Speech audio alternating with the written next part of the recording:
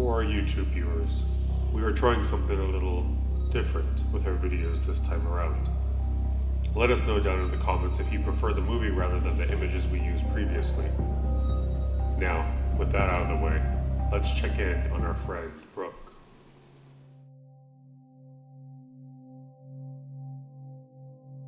From childhood's hour I have not been, Brooke recited Edgar Allan Poe's poem, Alone, aloud to her class. As others were, I have not seen. As others saw, I could not bring my passions from a common spring. From the same source I have not taken my sorrow. I could not awaken my heart to joy at the same tone. And all I loved alone. The moment the last word left her lips, the classroom became filled with the sounds of students unzipping their bags and closing their laptops as they prepared to leave. Brooke had been fortunate enough to land a job at San Jose State University, continuing to teach English, just like she did back at the City University of New York back on the East Coast. The pay was better, yes, but she taught more classes, making the workload heavier. Don't forget, I want a 500-word analysis on this due next week. Don't email me, submit it on Canvas, please. Quickly, Brooke gathered her belongings, her laptop, notes, and poetry book, and stacked them carefully on top of one another before reaching for her purse. Her next class, of course, was across campus, and she only had 10 minutes to use the restroom and get into class and set up. Before she could leave the room, however, her phone rang. "Damn it," she muttered.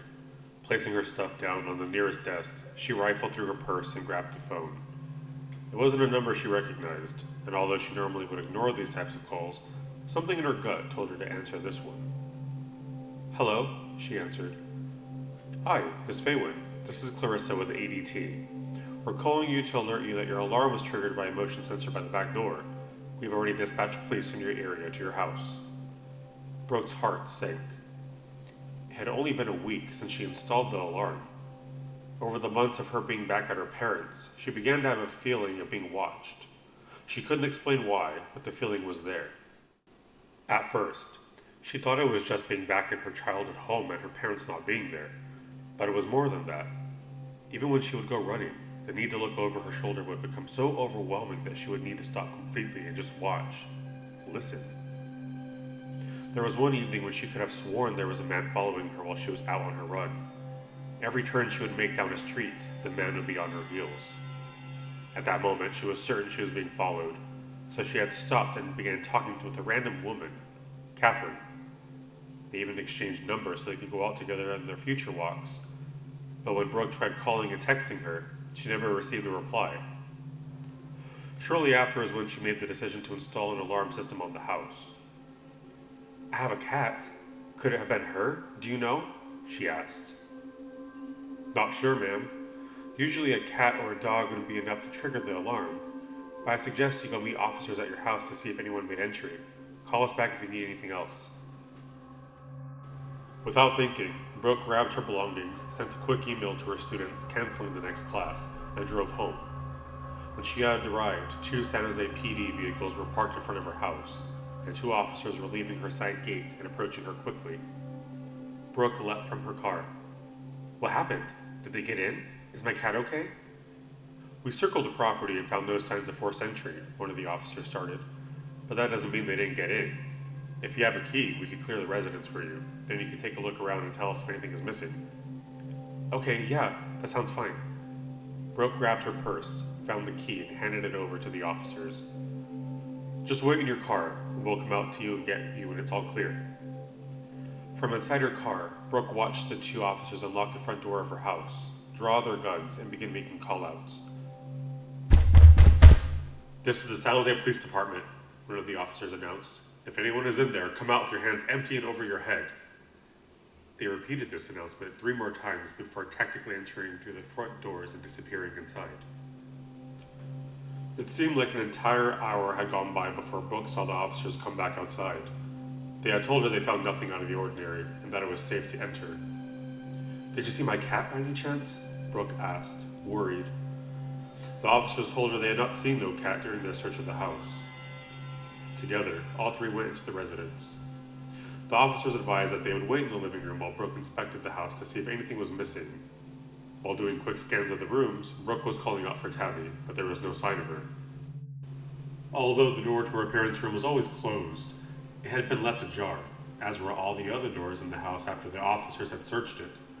Brooke looked around the room but found nothing out of place. "Tabby," she uttered. "Tabby, are you in here?"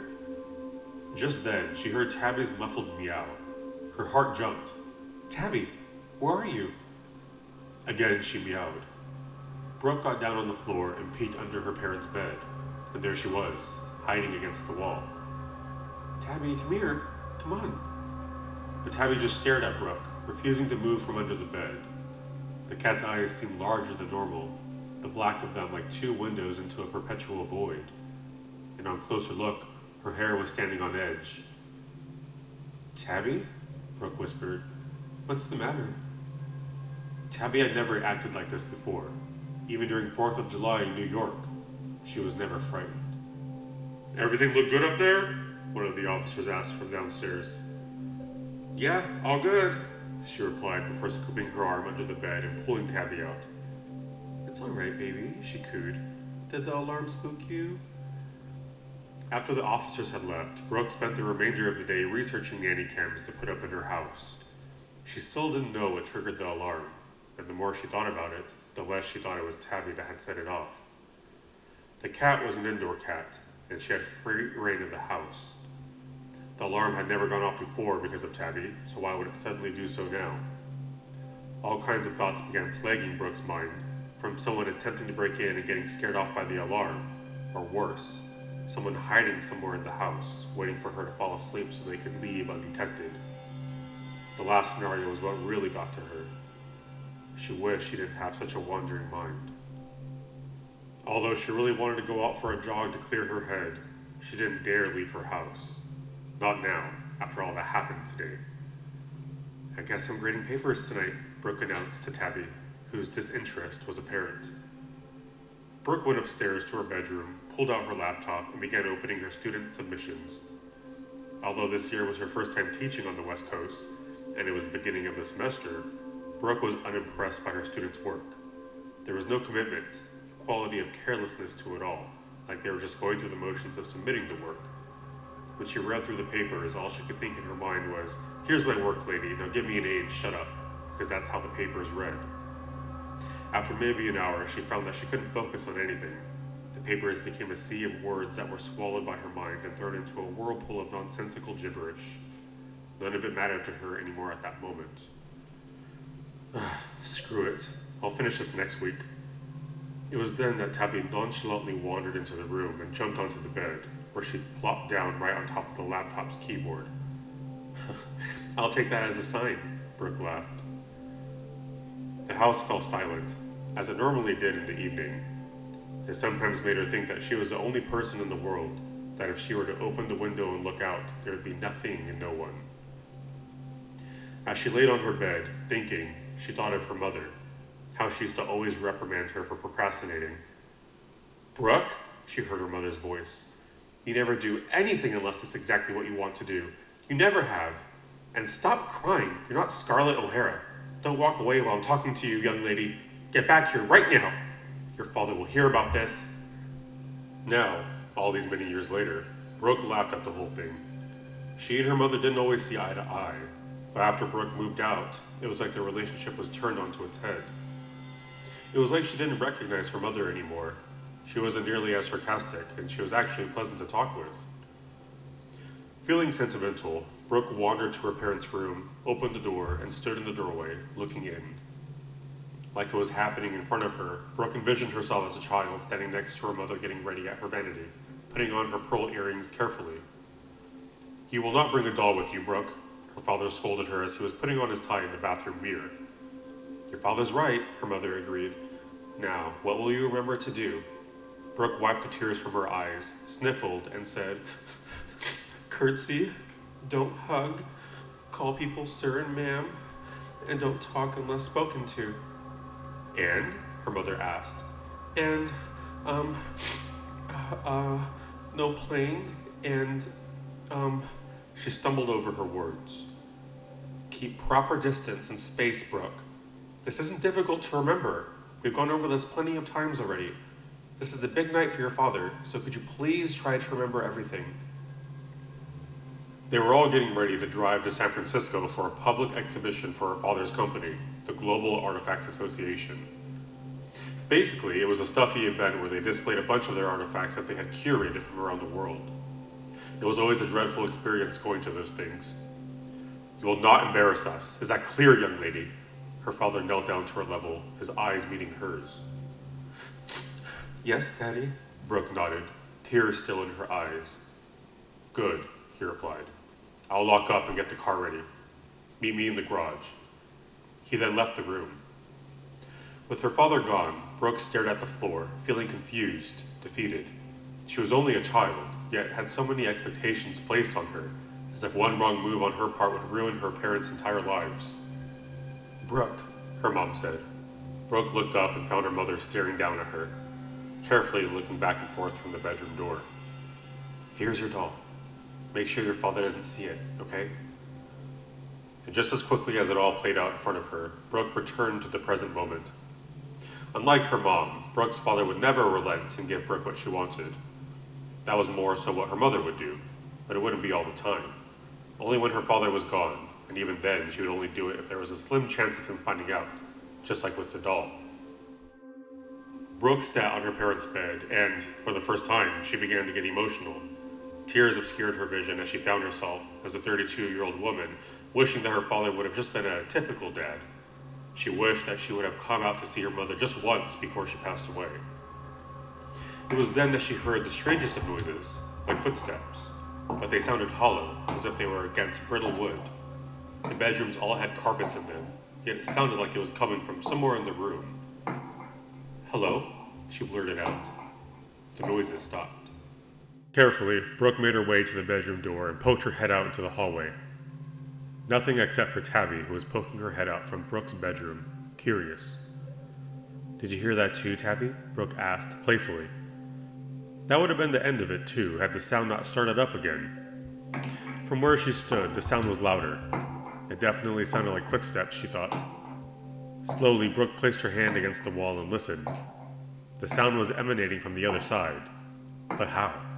The other side was the walk-in closet. The steps continued, coming closer to where Brooke was standing. Louder and louder still, the steps grew until it was like they were just in front of her. Her heart sank again. The thoughts that she was having earlier about someone breaking in and hiding came flooding back like a mental dam had suddenly been destroyed. It was then she had noticed something, though. The steps had stopped right where she was standing. Brooke held her breath. The sound of her pulse pumping feverishly was all she could hear in that moment. She didn't know what to expect, but she couldn't move from that spot. Her feet were firmly planted into that carpet, refusing to move an inch. Then, the steps continued, but they were going the opposite direction from which they came, almost like whatever it was walking along the wall. Brooke followed, trying her hardest not to make any sound, but the steps grew distant until she could no longer hear them. For about 10 minutes afterwards, Brooke stood against the wall, continuing to listen, but the sound never returned. Feeling something brush against her legs, Brooke threw her hand over her mouth to stifle her yelp, but it was only Tabby, who was staring at the wall like a lioness on the hunt. At least she wasn't the only one who heard it. Now she knew she wasn't going crazy. Closing her parents' door, Brooke returned to her room with Tabby, grabbed her phone, and immediately Googled, hearing sounds from inside the walls. Immediately, her search yielded countless results of people overwhelmingly suggesting any sounds that sound like knocking or stepping being raccoons or birds nesting. After reading some of the links, she began to feel more comfortable about what she had just heard. The thoughts of some crazed man hiding in her house had all but melted away. "You can't let your imagination run wild like that," she thought to herself, relieved. Not long after that, Brooke got ready for bed and set the house heater to turn off in half an hour. Before slipping under the covers, however, just for peace of mind, Brooke made sure to lock her bedroom door. Normally, she left it ajar, just so Tabby could wander in and out whenever she pleased, but not tonight. Not after everything that had happened. Wrapped in her blankets like a cocoon of warmth, and the feeling of the gentle air from the vent above her bed gracing her head carefully, it wasn't long before her eyes grew heavy with sleep. But as she was drifting off, a queer noise came from the vent above her, like the grates had been closed, or the air was redirected somehow. Annoyed, Brooke turned her head and looked up with the one eye that wasn't too heavy to open, but it was much too dark, the light of the moon doing next to nothing to illuminate the interior of her room. Clumsily, she reached for her phone on the bedstand, turned on the flashlight, and pointed it upwards. It was then that the entire neighborhood must have awakened to Brooke's frantic screams, because after she had picked up Tabby and ran from the room, the sounds of sirens closing in from the distance could be heard from the bathroom that she had locked herself in. What she had seen was singed into her memory. It was all she could think about. When she had pointed her phone's flashlight up at that vent to see what had caused the noise, there had been two eyes staring right back at her.